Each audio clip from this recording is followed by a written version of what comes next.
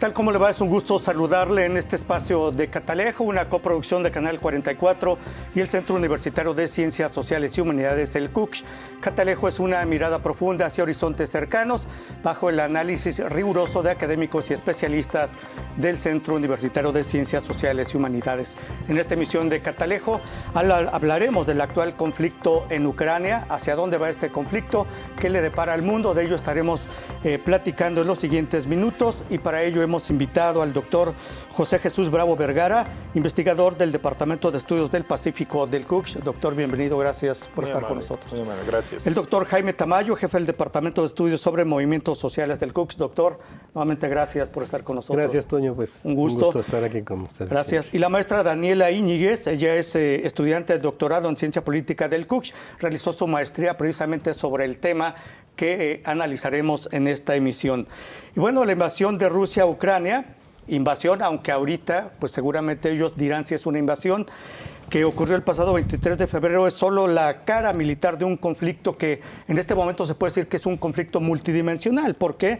Bueno, tiene aristas políticas, geopolíticas, económicas y mediáticas, y estamos analizando antes de entrar al aire el tema de documentales y todo lo que está ocurriendo en medios de comunicación, en redes sociales, que más adelante hablaremos, en donde lo mismo influyen posicionamientos diplomáticos y sanciones comerciales, ciberataques y sobre todo el flujo de la desinformación.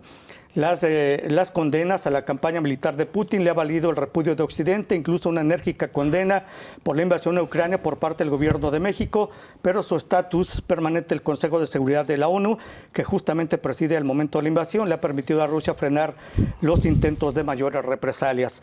Pero ¿qué ha llevado a Putin precisamente a subvertir el orden que ha regido el mundo durante las recientes décadas, que busca que detrás de esta decisión que tomó, qué quiere de Ucrania, qué quiere de Occidente? Y unas críticas que me parecen severas es que han dicho que Putin ha perdido el juicio, aseguran que su objetivo, él ha dicho incluso que su objetivo es la desmilitarización y desnazificación de Ucrania. Y esta parte me interesaría mucho, ¿a qué se refiere concretamente Putin con estos términos, desmilitarización y desnazificación de Ucrania? Iniciamos con el doctor José Jesús Bravo. Adelante, doctor. Sí, gracias. Mira, cuando se habla de desmilitarización y desnazificación de Ucrania, Putin se refiere a que parte o algunos elementos del gobierno actual precisamente tienen esa tendencia fascista.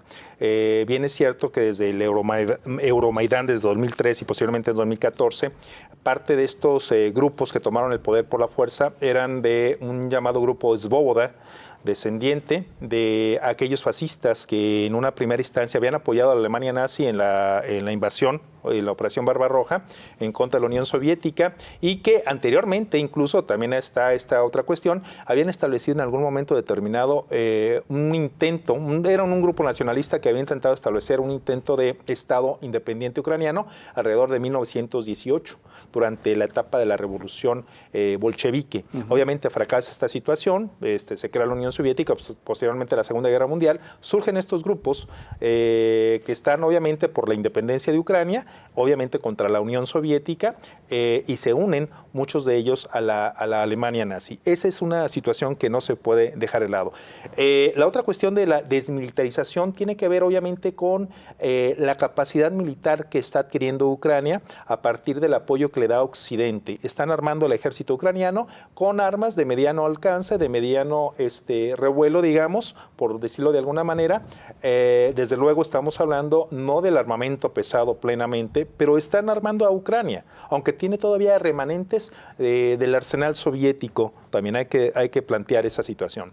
¿Por qué lo desmilitariza? Porque precisa Putin, obviamente, garantizar, al menos en una primera instancia, sí lo ha señalado, la seguridad a la gente tanto en la República Popular del Donbass como la República, de Donetsk, en la zona del Donbass, la República Popular de Donetsk como la República Popular de Lugansk. Es una primera instancia. Y la otra es reforzar la seguridad tanto en lo que se refiere al puerto de Sebastopol como lo que se refiere en sí a toda la península de Crimea, que desde 2014, a través de un referendo, con el que los occidentales han tachado también un tanto de tramposo, claro, pertenece a Rusia ahora, ¿no? Entonces, son los puntos más importantes que se puede plantear en ese sentido. Putin además ha señalado, ¿no? O sea, se ha ido todavía más lejos, señalando además que son militaristas, que son nazis y además una bola de drogadictos incluso, ¿no? Lo ha señalado en alguna conferencia que ha dado, en algún informe que ha dado. Y todo eso obviamente tiene como punto desacreditar al actual gobierno ucraniano por un lado, pero también tiene que ver con una cuestión muy clara, el peligro que siente Putin que se acerca a Rusia a través, obviamente, del acercamiento a la expansión de la OTAN. Ese es el gran problema de fondo, que no lo quiere ver Europa y que posiblemente el contexto, digamos, de la sociedad internacional en este momento, al menos por los medios de comunicación, se está plantando. Es una idea de Occidente y Putin es el gran villano del momento. Sí, por supuesto, y además es que resulta incomprensible que él diga que quiere desnazificar Ucrania cuando en Occidente sabemos que su presidente es judío, por ejemplo, ¿no? Y luego usted dice, es que están armando Ucrania. Por supuesto, incluso Suiza, que se había mantenido neutral en conflictos, ahora Suiza anuncia que va a enviar armas a Ucrania.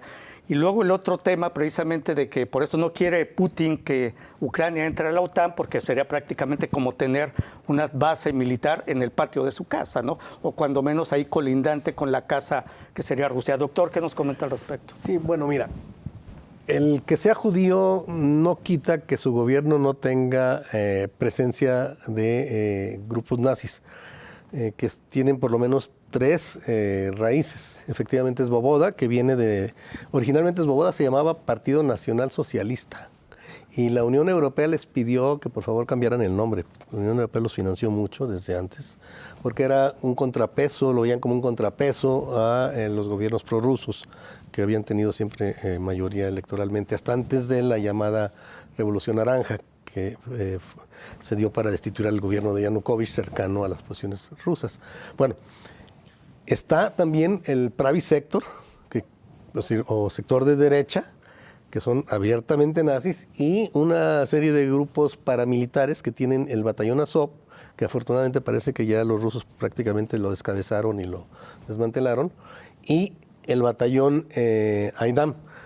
Estos llamados batallones, ¿verdad?, eran verdaderas formas de represión y violencia contra los rusoparlantes.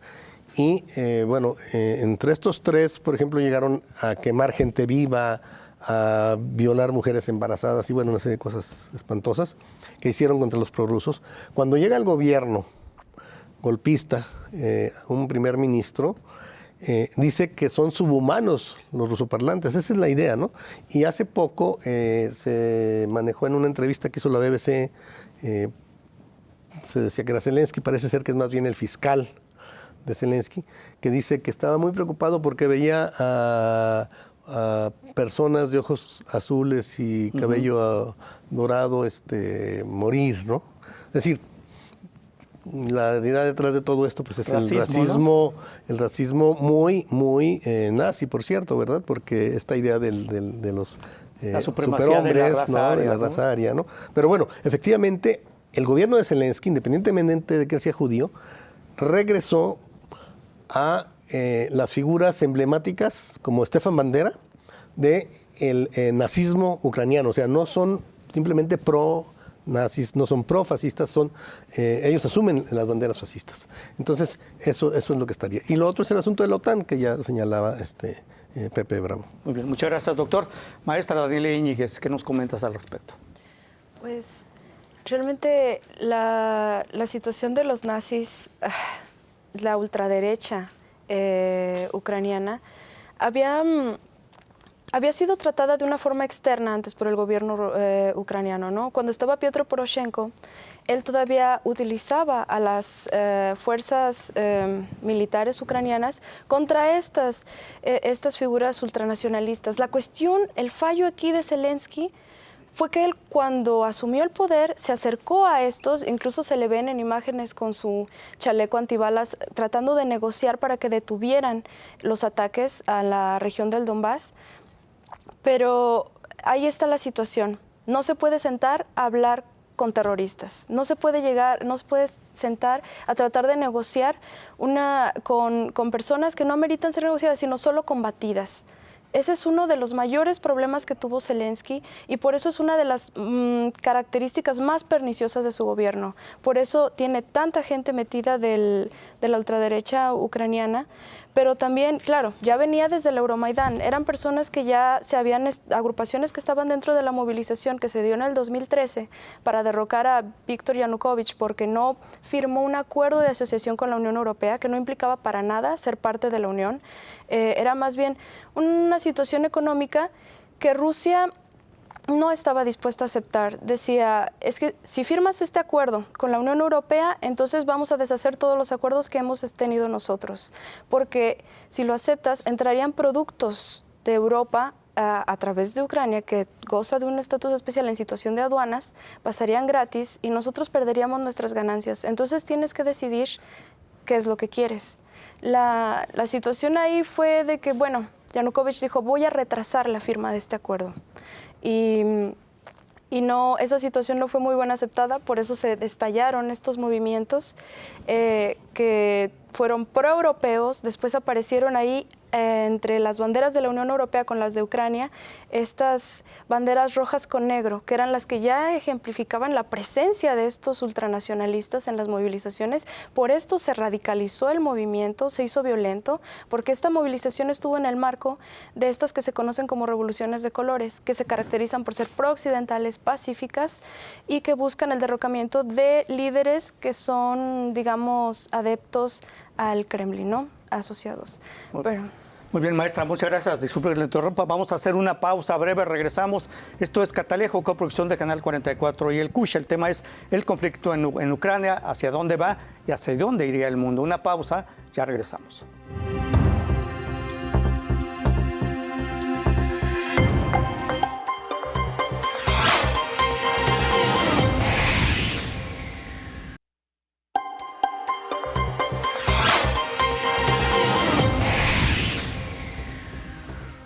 Continuamos en Catalejo, coproducción de Canal 44 y el CUSH. El conflicto en Ucrania es el tema en esta emisión.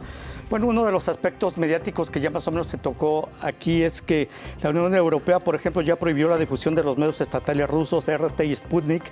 La presidencia de la Unión Europea, dos importantes proveedores de televisión en Canadá, los grupos Bell y Rogers, decidieron dejar de difundir la cadena de información rusa RT. Esto lo anunció el domingo Justin Trudeau, el primer ministro de Canadá. Twitter también ha comenzado ya a hacer publicaciones, incluyendo avisos como que algunas publicaciones son de medios afiliados al gobierno, y dice Rusia, concretamente de RT, así lo manejan ellos. Y bueno, básicamente también en el plano mediático, la transmisión de documentales relacionados con lo que está ocurriendo en Ucrania, principalmente en Netflix. Yo hacía referencia a uno que vi hace unos días que se llama Winter of Fire, que trata precisamente sobre el tema de Maidán, el Euromaidán y la revolución de la dignidad, que ya hablan ellos, en el que aparece incluso el ex campeón de peso completo Vitaly Klitschko, que ahora es alcalde de Kiev y que dijo hace unos días, es que no me queda otro remedio que comenzar a luchar también como alcalde de Kiev. Y bueno, básicamente también se está dirimiendo ahí, en el aspecto mediático, este conflicto entre Rusia y Ucrania. ¿El juego de Putin, doctor, se termina en Ucrania o qué pretende Putin? Bueno, Putin tiene un gran plan de expansión comercial, de expansión económica. Tiene lo que le llama la Unión Euroasiática. Está Armenia, Bielorrusia, está Kazajstán y por ahí, si mal no recuerdo, está Kirguistán, si mal no recuerdo el dato. Son 5 repúblicas soviéticas. Pero hay que entender un punto, y es de lo que también poco se habla, es esta cuestión identitaria rusa. Esta cuestión identitaria rusa es lo que ellos llaman el extranjero próximo, es decir, aquellas repúblicas que fueron parte de la Unión Soviética. Evidentemente, cuando hablamos también de esto, estamos hablando de que hay una muy buena dinámica, un buen entendimiento con la República Popular de China. Y China trae también sus planes de expansión económica, obviamente con una gran logística, ¿no? Es una estrategia geopolítica, pero con fines muy claros también. No nada más se tiene que ver con la obtención de materia prima o la obtención de una logística clara en aquellos países en donde se ofrece este planteamiento que es el de Belt and Road Initiative, sino también tiene que ver incluso con crearse una buena imagen, una imagen positiva, una imagen legítima. Es Sí, y todo eso viene a contraponer un equilibrio frente a Estados Unidos, que esa es la parte también a tomar en consideración, al proyecto que tiene Estados Unidos, a este statu quo, sí, al estado de las cosas actual, que es lo que significa en este caso el statu quo. Entonces, todo eso tiene un punto a tomar como referencia en ese sentido. Hay un equilibrio que se intenta establecer a partir de la proyección de China, de Rusia, ¿sí? Y en este caso, obviamente, Rusia está intentando retomar su posición como una potencia de primer nivel.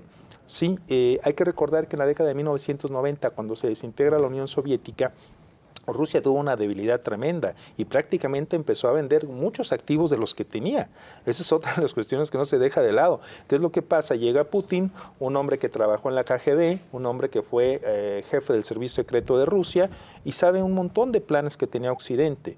Esa es una de las cuestiones y lo ha estado hasta nombrando, ¿no? Que había hasta una pretensión de dividir a Rusia en su momento. La cuestión, la guerra de Chechenia es uno de los puntos importantes hacia 1995 y posteriormente cuando él llega en 1999 y logra tomar otra vez el control de Chechenia. Entonces se da esa situación. Rusia tiene esa proyección de tener una presencia de nueva cuenta y mantener y reclamar un espacio multipolar en el mundo, no nada más de índole unipolar, sino multipolar, junto con China y otras potencias. Muy bien, muchas gracias, doctor. Bueno, básicamente comentábamos antes de entrar en este bloque, ninguna guerra se justifica y ya mencionaron ustedes que Putin ahorita es el villano del momento, cuando menos en el occidente, así se le considera. Ninguna guerra se justifica, doctor, pero tomando en cuenta lo que menciona el doctor Bravo, de que Putin lo que pretende es regresarle ese brillo, ese esplendor de la Rusia antigua, quizás de la Unión de Repúblicas Soviéticas Socialistas. ¿Hacia dónde va concretamente Putin? Bueno, yo creo que esa es una narrativa, lo que tú señalas es una narrativa muy de la OTAN para descalificar precisamente a Putin. Primero, esto de que no hay ninguna guerra que se justifique, hay guerras justas, ¿sí? Hay guerras justas que tienen que ver precisamente, por un lado, bueno, hasta los gringos hablaban de la guerra humanitaria cuando bombardearon Belgrado y a población civil, por cierto, ¿no?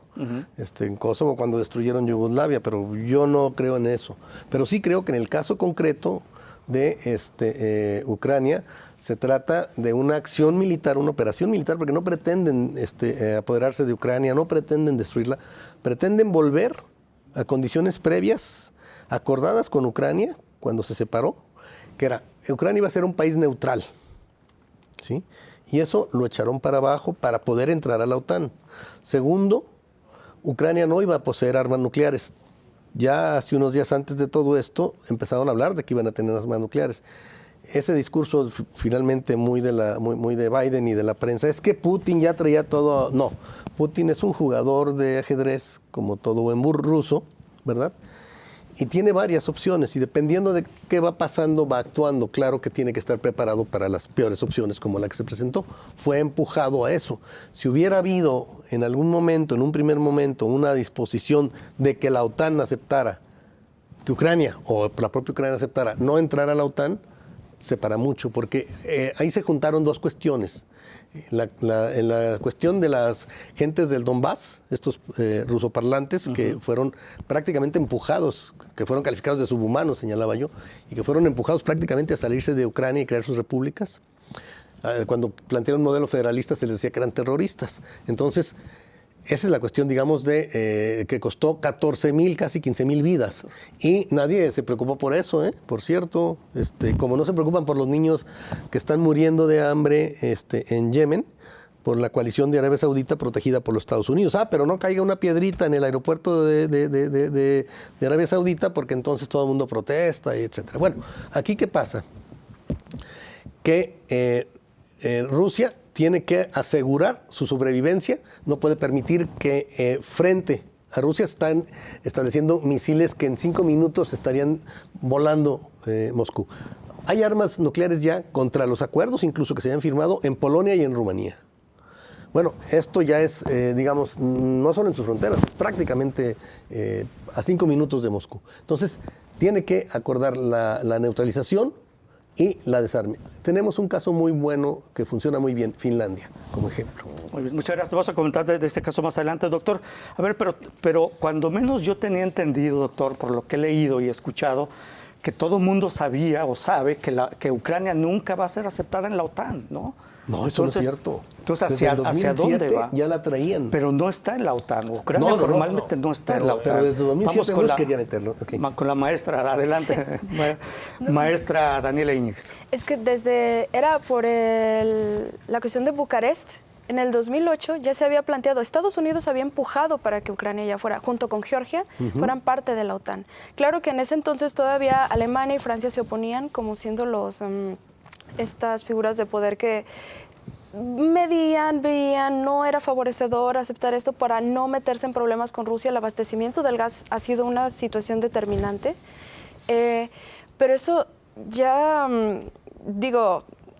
ahora la situación mediática, la forma en la que lo ha manejado, la forma en la que han manipulado esta problemática ha sido de que es importante que Ucrania pase a formar parte de la OTAN. Zelensky mismo se lo ha creído. Zelensky mismo hoy pidió que ya se le aceptara como miembro de la Unión Europea.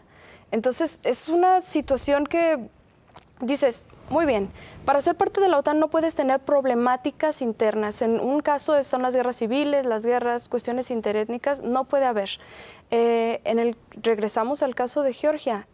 Hubo una guerra en el 2008 que duró 5 días y que eso era lo que pensábamos ahorita, que no iba a durar más de 5 días esta guerra que se emprendió, pero la actitud de Zelensky que ha tomado en base a que lo han alentado las figuras de Occidente ha sido lo que ha derivado en esta situación que parece no tener fin. Bueno, yo voy a hacer una acotación en este tema. Precisamente Zelensky ha dicho que lo han dejado solo prácticamente los países miembros de Occidente, miembros de la OTAN, ¿no? Y en respuesta ha dicho, es que no lo hemos dejado solo, no podemos apoyarlo militarmente porque no es miembro de la OTAN. Vamos a hacer una pausa breve, regresamos. Esto es Catalejo y platicamos del tema. Regresamos.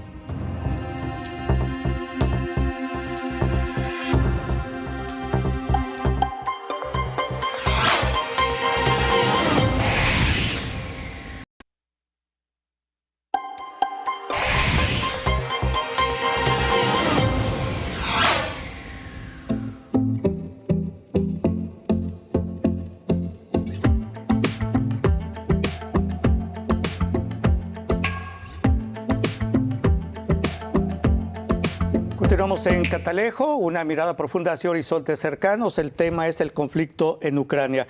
Y bueno, le decía que este enfrentamiento entre Ucrania y Rusia pues se juega en varios aspectos. Uno de ellos es el económico. Ya empezaron las sanciones económicas a Rusia. Estados Unidos y la Unión Europea encabezaron la contraofensiva comercial en su intento de aislarla. Hay obviamente sanciones. Fue desconectada Rusia del SWIFT, del Sistema Internacional de Transferencias Interbancarias. De hecho, también pues ya se le prohibió a la Unión Europea sobrevolar el espacio aéreo a los aviones rusos. Estados Unidos también ya prohibió esto, pero también hay que tomar en cuenta que Rusia puede responder también en términos económicos. Rusia es uno de los principales productores de petróleo, también de gas. Y bueno, en cuanto estalló el conflicto, ya el precio del petróleo llegó a los $100. Doctor, ¿qué nos comenta al respecto? Sobre todo el tema que quedó ahí. No han apoyado, como quisiera Zelensky, a Ucrania, porque le han dicho que no es miembro de la OTAN. Pero ¿qué opinan ustedes al respecto? Bueno, estamos comentando precisamente desde mi perspectiva, y yo pienso que coincidimos un tanto en esto. Ucrania está siendo utilizada en cierta medida también por la OTAN. ¿En qué sentido? Están ahorita con una serie de sanciones en contra de Rusia. Evidentemente, coyunturalmente es el país que, dentro del marco actual del derecho internacional, ha violado la integridad territorial de un país miembro de la Organización de Naciones Unidas, obviamente reconocido, y eso es importante señalarlo, ¿sí? Coyunturalmente.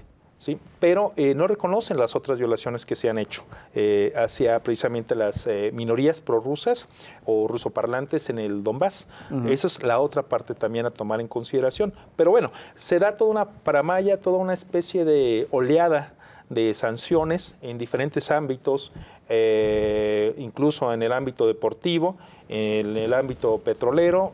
Alemania, con el canciller Olaf Scholz, ya señaló que pues no firmaría ya la apertura plena y la acción dinámica del Nord Stream 2, el gasoducto que va directo de Rusia prácticamente hasta territorio alemán, sin pasar por Ucrania, y viene una serie de problemas también fuertes. ¿Y qué pasa si Rusia también decide también, o ya está empezando a sancionar a su modo, con sus alcances, a los países occidentales? Por supuesto que esto va a tener un problema muy claro. ¿Hasta dónde le va a alcanzar a Europa, a Estados Unidos, las sanciones a Rusia? ¿Hasta dónde le va a alcanzar a Rusia resistir esta situación?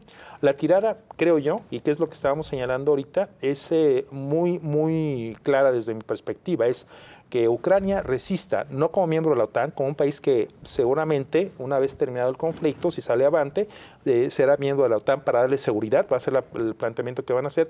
Y la otra es precisamente que mientras Ucrania resiste, Rusia obviamente va a estar desgastándose por las sanciones. Yo podría ver en este momento que Ucrania está siendo utilizada hasta como una especie de carne de cañón. Muy bien, muchas gracias, doctor. Doctor Tamayo, ¿qué nos comenta al respecto? Porque se ha mencionado incluso que si Rusia quisiera responder, simplemente prohibiría la utilización de su espacio aéreo a los vuelos de aviones occidentales. Ya lo prohibió. Ya lo prohibió. Ya lo prohibió. Ahí está un tema también, porque tendrían que pasar por zonas conflictivas, ¿no? Así es, pero ya lo prohibió, ha sido recíproco, pero hay varias cuestiones. Mira, ya había sido sancionado en varios sentidos de manera económica desde el 14, y esto le afectó inicialmente y luego le permitió una política de sustitución de importaciones que ha fortalecido de alguna manera su economía. No quiere decir que no le cause algún daño, por supuesto, pero ha modificado incluso la cultura del consumo. Rusia, a diferencia de Cuba, o ya no digamos de Venezuela, le duele menos a las sanciones, por más duras que sean, porque es un país enorme que tiene todo, ¿sí? Cuba tiene 60 años de bloqueo. ¿Y qué lograron? Compactar al pueblo cubano alrededor de la Revolución Cubana. ¿Qué está pasando en Rusia? Que se están sintiendo los parias, los atacados, los cuestionados. Hay ofensas hacia los rusos en las calles de muchos países, los están corriendo de las universidades, ¿no? Una serie de barbaridades. Se han manejado una serie de mentiras que puso en evidencia incluso el embajador ante el Consejo de Seguridad, con montajes, hasta con videojuegos, y ya no se diga incluso un tanque que aplasta un coche que no era tanque y que además lo manejaba un ucraniano y que tuvo que ver con otras cosas que no tienen nada que ver con los rusos, ¿no? Pero bueno, toda esa serie de mentiras parte de ese ambiente para generar una reacción mundial contra Rusia. Lo que hacen es que Rusia se cierre más hacia su propia comunidad, se fortalezca su identidad, y por otro lado, hay una serie, yo digo, Putin, como este jugador que es de ajedrez, pues tiene todas las salidas previstas, y ya se ha previsto, bueno, internamente no le afectó la salida del sistema internacional interbancario. Externamente sí, pero hay un modelo chino que funciona y se va a vincular a China. Y por otro lado, pues ya el gas que va a dejar de recibir Europa, pues se va a canalizar hacia China en buena parte, que eso ya venían previéndolo. Y lo otro es el productor de trigo, el principal productor de trigo, ¿no? Es el primer lugar de exportador. Claro. Y los europeos comen pan. Entonces van a sufrir hambre, y van a sufrir frío, y van a sufrir falta de energía. Y Estados Unidos va a ser el gran ganador porque les va a vender gas enlatado. Ya sacó Biden la mitad de sus reservas de gasolina, de petróleo, perdón, para vendérselos, y se van a hacer su gran negocio. Y las armas, que es el otro gran negocio de los Estados Unidos, del complejo militar industrial. Muchas gracias, doctor Tamayo. Maestra Daniela Íñiguez, entonces básicamente por lo que ustedes han señalado y toda esta campaña mediática en Occidente, se puede decir, la forma en que se ha manejado este conflicto entre Rusia y Ucrania, ¿se puede decir que Occidente o que Rusia es la incomprendida de Occidente? Es una... ¿Cómo decir? Es una situación en la que se ha hecho una guerra mediática desde incluso antes de la Guerra Fría. Es una situación que se empezó a construir a partir del fin de la Segunda Guerra Mundial, cuando Estados Unidos se posicionó como el líder, como la potencia triunfante tras estos países europeos destruidos. podría decirse que en términos gramscianos la hegemonía del conocimiento, que se ha utilizado en contra de aquellos que no quieren adaptarse a esta economía de mercado que impera. Es casi insultante la situación en cómo los medios han estado manejando la situación. Tenemos una... Pero es que es en todo el mundo prácticamente. En todo el mundo. Está por ejemplo, quisiera saber si alguien había sabido de la situación en 2014, cuando recién se había posicionado este nuevo gobierno, después del derrocamiento de Yanukovych, cómo se llevaban a cabo marchas en ese entonces de los prorrusos por la unidad del país. Estaban demostrando dejar de que estén marginados de esta situación que se estaba haciendo. Entonces, hubo una situación el 2 de mayo del 2014 en el que se enfrentaron grupos neonazis y los rusoparlantes, en la que, bueno, los neonazis ya eran una situación ya paramilitar, podría decirse, ya estaban armados. Entonces, cuando se hizo esta colisión de este movimiento, para refugiarse del enfrentamiento, varias personas fueron a esconderse. Esto era el edificio de la Casa de los Sindicatos, y el cual por los ultranacionalistas fue incendiado con bombas Molotov que estaban. Entonces, las personas murieron, como 50 personas murieron calcinadas dentro. Entonces, y cuando se arrojaban al suelo, empezaban a dispararles y golpearlos con piedras hasta matarlos. Y el ejército ucraniano parado sin hacer nada. Y ese tipo de cosas no salen a la luz. Muy bien, muchas gracias, maestra Daniela Íñiguez. Vamos a hacer una pausa breve. Regresamos con el tema de Ucrania. Regresamos.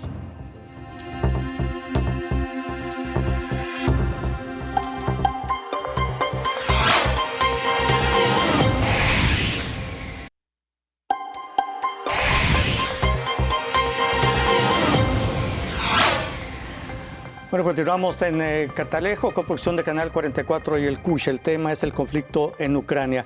Y bueno, básicamente, ¿qué puede ocurrir en los siguientes días, en las siguientes semanas?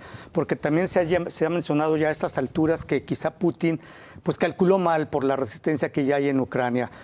¿Hacia dónde puede llevar este conflicto? Y básicamente si esto ya puede trasladarse a otros escenarios en el mundo, no únicamente en esta zona. Hay que recordar que también pues Putin ya dijo que tiene la alerta de sus armas nucleares, algo así mencionó, doctor. Así es. Bueno, las fuerzas de disuasión, rusas, que son las encargadas de esta directriz sobre las armas nucleares, ya están en alerta. Esto no quiere decir para nada que están listos nada más para apretar el botón y lanzarse, ¿no? Simplemente están alerta. Eso es una de las cuestiones es una advertencia, claro. Y hay unas advertencias también fuertes de Putin planteándole a la OTAN, si quieren una guerra total, no van a tener ni tiempo de responder. Hay una diferencia muy clara, que es algo interesante también, a pesar de que Estados Unidos tiene una cantidad enorme de bases alrededor del mundo. Rusia tiene algunas bases apenas afuera de su propio territorio, en algunas repúblicas exsoviéticas y también obviamente en Siria, que eso es una de las cuestiones también importantes. Estados Unidos tiene $700 mil millones de dólares anuales, ¿sí?, en presupuesto militar, pero tiene que repartirlo y sostener obviamente todo ese entramado de bases militares alrededor del mundo, que suman entre 750 y 800 fuera de Estados Unidos, en otros países. Y en el caso de Rusia, obviamente es una décima parte, pero ojo, tiene la capacidad bélica extraordinaria, ¿sí?, especialmente en el tipo de misiles que le llaman, supersónicos o hipersónicos, que van varias veces la velocidad del sonido. Entonces, son misiles que llegan mucho más rápido desde territorio ruso a territorio, por ejemplo, incluso estadounidense, de lo que puede llegar un misil estadounidense a territorio ruso. Por eso precisan también contrarrestar esta situación adelantando sus misiles hacia Rusia. Es una situación a la inversa de lo que sucede en la crisis de 1962, donde Rusia no tenía tantos misiles de largo alcance y tiene misiles de mediano alcance y trata de componer esa situación, de equilibrarla. Pero una cuestión es muy clara también, ¿no? ¿Qué es lo que nos queda? Pues un poco, sí, no nos deja al margen de lado no poder, no estar preocupados, ¿no? Podemos rezar, podemos orar, podemos hacer changuitos o pedirle a la humanidad, a cualquier fuerza sobrenatural que esto no pueda trascender. Tengo la impresión de que es una serie también de movidas de ajedrez, como dice el doctor Tamayo, por parte de Rusia, para dar una advertencia muy clara. ¿Hasta dónde te quieres meter, OTAN? Y muy ciertamente Zelensky dice, es que la OTAN no nos apoya, los apoya desde fuera, los apoya desde la barrera, los apoya con porras, los apoya con aliento económico, pero nada más. Sí, porque de apoyarlos en el aspecto militar, como quisiera Zelensky, pues básicamente, como decía el doctor Tamayo, entraríamos a una guerra nuclear, ¿no, doctor? Y básicamente le preguntaría, doctor, ¿estamos en una nueva etapa de Guerra Fría? Yo sí pensaría, desde hace rato lo he señalado, para mí yo le llamo la Guerra Fría 2.0, que se expresa en varios espacios, desde el cibernético, el espacial, etcétera. Pero, bueno, esta ya no es una guerra fría. Esto ya es una guerra que tiende a volverse un poco caliente.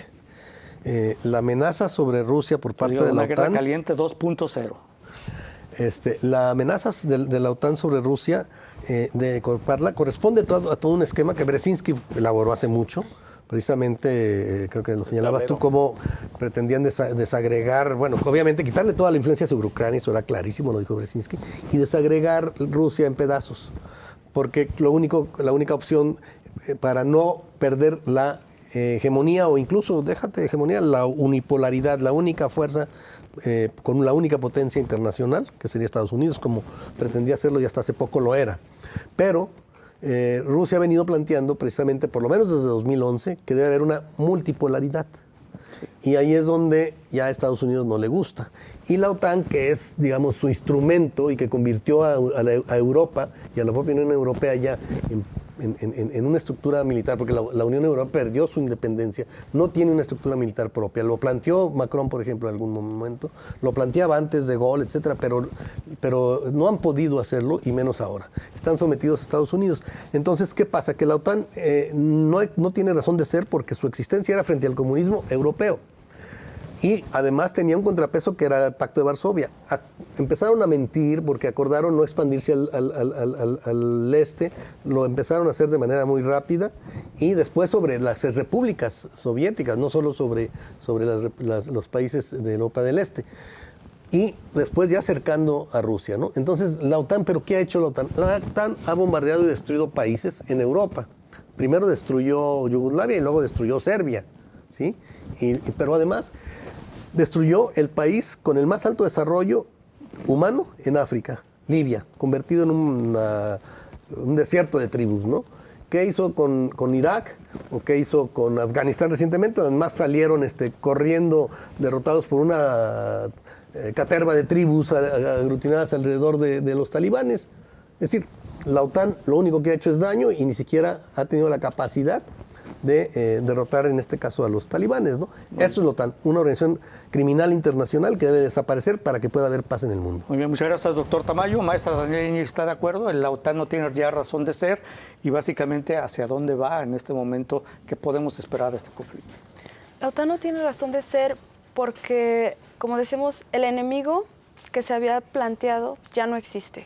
Ha sido sustituido por Rusia, concretamente, pero la situación aquí con un retorno a la Guerra Fría, yo lo pensaría más como el inicio del mundo multipolar, en el que ya otros poderes, no solo Estados Unidos, es el único que tiene pues el derecho sobre las demás naciones. Ahorita ya China tiene a todos sometidos, digamos, comercialmente, por eso tampoco se mete mucho en este conflicto. Ella tiene muchos lazos comerciales que la ponen en peligro si llegara a digamos, mostrar alguna...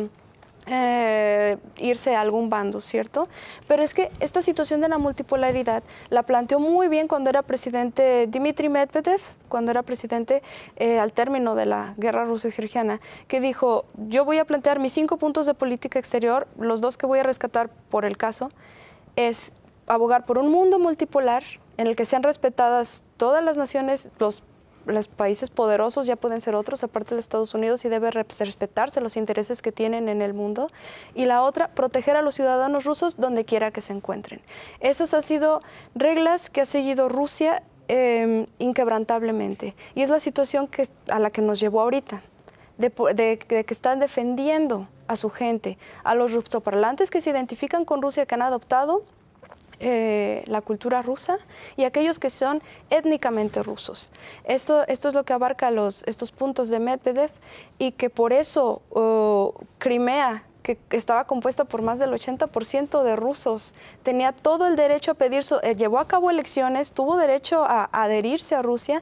Entonces Putin, yo pienso que debió haber hecho lo mismo con el Donbass, pero era una situación ya extrema, digamos, para no faltarle al respeto a estas potencias occidentales, no lo hizo, y que cobró miles de vidas, solo porque Putin no actuó en el momento, para que no se parezca que esa era una expansión de un imperio.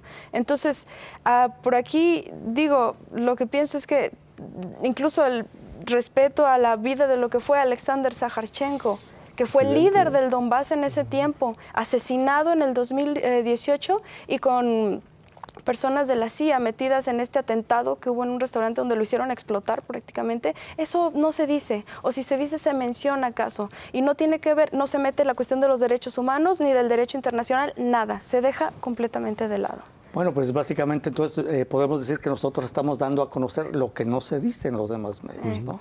Bueno, permítanos, vamos a hacer una pausa breve, regresamos, esto es Catalejo, volvemos. La otra versión.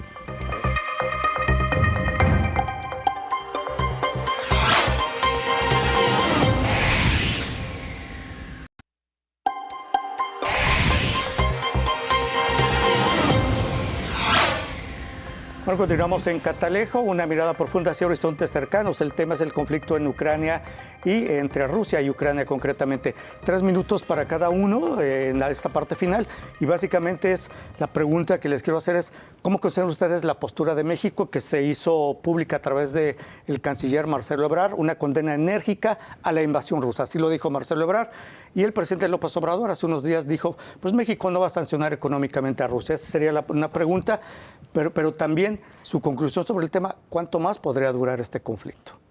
Sí, bueno, desde mi punto de vista creo que el planteamiento que hace Marcelo Ebrard es correcto. Bueno, es que la postura de México en general es correcta. No nada más de Rusia hacia la invasión de Rusia hacia Ucrania, sino la invasión de cualquier país hacia otro, ¿no? Es la defensa de la integridad territorial, la defensa obviamente de la independencia, la defensa del derecho internacional. Los países como México, de repente tenemos que ser muy claros, no nos podemos dar el lujo de ir más allá de nuestras propias fuerzas, ¿no? El principio de no intervención es muy claro y está dirigido al mundo, pero en especial a Estados Unidos, ¿no? Eso es algo muy claro que hay que tomar en consideración. ¿Hasta cuánto puede durar o qué va a pasar con la guerra en Ucrania? Precisamente se estaba planteando la cuestión de Georgia, que fue muy rápido en 2008, en apenas pocos días, menos de una semana prácticamente. Yo pienso que la apuesta que hay contra Ucrania, insisto, es que resista un poco más hasta que las sanciones empiecen a hacer mella, tanto en la posición de Putin, así también como en la resistencia de la propia población rusa sobre esta situación, ¿no? Entonces, me parece que por ahí va a ir la tirada de las potencias occidentales. Cuando se habla también de derecho internacional, yo sí también quiero plantear, y es algo que yo creo lo vemos en relaciones internacionales, y yo tengo ahí que dirimir con muchos abogados en ese sentido. El derecho internacional es muy valioso para entender la dinámica en la cual deben estar plasmadas las relaciones entre los países. Pero ojo con esto, el derecho internacional no es suficiente. Las relaciones internacionales son jerárquicas, hay grandes potencias, hay potencias medias y hay países débiles, desgraciadamente. Y las grandes potencias marcan la pauta, la directriz, y por qué no decirlo, incluso hasta la promoción a través de los medios de comunicación de cuál es la visión que debería de considerarse en ese sentido. Por eso cuando se habla de nuevas situaciones que van presentando, como la que ya dijo la maestra Daniela, pues la gente se queda sorprendida. Ah, esto no lo sabía. Efectivamente, esto es lo que ha pasado. La guerra, esperemos que no dure mucho y que se plantee cuando menos que Ucrania no entre a la OTAN, que se mantenga neutral. Sí, por supuesto. Y el tema es que, si les dice, cuando las sanciones en el aspecto económico, supongo, comiencen a hacer efecto, el tema es que de hacer efecto allá, pues va a hacer efecto en todo el mundo y todos seremos perjudicados, doctor. Sí, bueno, mira, yo señalaba cómo Estados Unidos ha sido necio en esto de pensar que con las sanciones derroca gobiernos, y bueno, el mejor caso, que solamente compacta, es el caso cubano, ¿no? Pero más allá de eso, que efectivamente esa es la intención, provocar un malestar, ¿no? provocar malestar con el gobierno, como lo trataron de hacer con Cuba, como lo han tratado de hacer con Venezuela. Sin embargo, como decías, Rusia tiene una capacidad, digamos, de resolver internamente muchas cosas, pero la otra cuestión es que yo sí considero que la guerra va a durar poco, o esta operación militar es muy quirúrgica. Prácticamente no hay mayores daños civiles. Muchos de los civiles que están presentando pues, son de los milicianos nazis, ¿sí? Y sobre eso sí van, por un lado. Por otro lado, bueno, por ejemplo, en la operación sobre la torre de telecomunicaciones se advirtió a toda la zona que se alejaran. Es como me recuerdo cuando aquí la Unión del Pueblo que ponía bombas, pero avisaba y no había víctimas civiles, ¿no? Bueno, a nivel también, es decir, una torre de comunicaciones muy importante que tenía, que estaba jugando un papel incluso en la guerra, bueno, pues había que desarticularla o destruirla, pero cuidando en lo posible que no hubiera víctimas civiles. Y lo mismo está pasando, los ataques están siendo quirúrgicos prácticamente, pero entonces eso hace que sea más lento. Y como los neonazis o los nazis se están encubriendo detrás de la gente, de los civiles, igual que lo hacían los yihadistas, porque por cierto hubo yihadistas ahí en Ucrania trabajando junto con los nazis desde el Maidán. Bueno, aprendieron muy bien a utilizar como escudos a los civiles.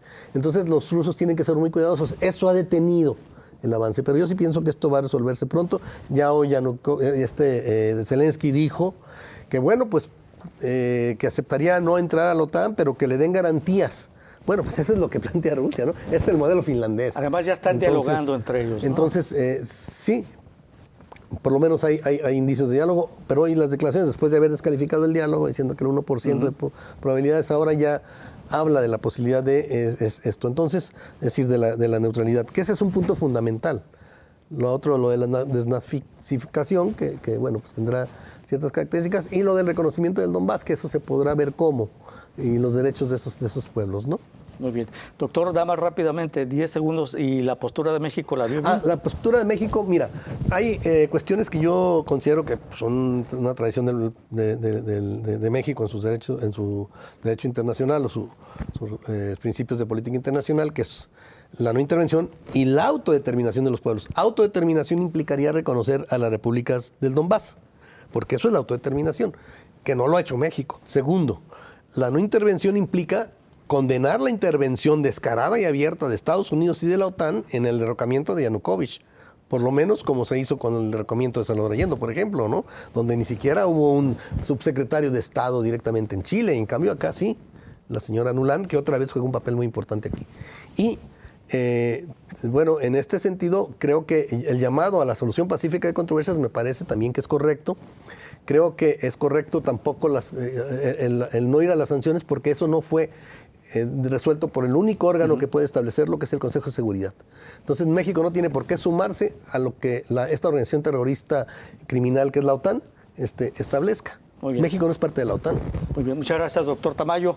Maestra Daniela Íñiguez, tus conclusiones sobre el tema. Lo que pienso sobre la situación de México, primero cuando Ebrard fue muy enfático en la posición, digo, claro que va a condenar la guerra, digamos, las agresiones que llevó a cabo Rusia con Ucrania, porque la situación mediática está tan agarrada que si llegan a decir que apoyan la situación de la defensa de estas personas del Donetsk y Lugansk, sería decir, no, pues el gobierno mexicano está a favor de la guerra, ya están, no sé, sanguinarios, qué sé yo. Entonces, pero López Obrador contrapone diciendo, no va a haber sanciones. Pues no, realmente no. A lo mejor porque no puede, ¿no? Es una situación en la que entendemos la situación por la que lo hace Rusia, pero tampoco vamos a decir abiertamente, entonces sí vamos a condenar la situación. Es más como una situación velada que tenemos ahí. Ya lo que veo de proyecciones, yo igual espero que no dure mucho. Yo creo que no va a durar mucho, como lo vimos en el 2008. La situación por la que siento que se ha alargado es porque Zelensky ha dado una estira y afloja, porque recibe llamadas constantes de aguanta, tú aguanta, y se ve esas esos ánimos se ven a través de promesas de más armamento, promesas de más dinero, que era precisamente lo que Zelensky quería. El país está completamente en la ruina, está quebrado, vive de apoyos, vive como vivió Grecia hace unos años sometido a la troika. Entonces, es una situación que hay que, ahora sí que hasta que Zelensky aguante, yo pienso que Zelensky debería dimitir. Eso es lo que debe ser, prometer que Ucrania va a mantenerse neutral y dimitir. Muy bien, pues muchas gracias, les agradezco a la maestra Daniela Íñiguez, estudiante del doctorado en Ciencia Política del CUCH, el doctor José Jesús Bravo Vergara, investigador del Departamento de Estudios del Pacífico. Doctor, gracias. Doctor Jaime Tamayo, jefe del Departamento de Estudios sobre Movimientos Sociales. Muchas gracias. Gracias. Yo nada más diría, básicamente, pues México no le quedaba otra porque su principal socio comercial está aquí luego, ¿no? Básicamente es por eso, intereses comerciales. Llegamos al final de Catalejo. Muchas gracias. Nos vemos en la siguiente emisión.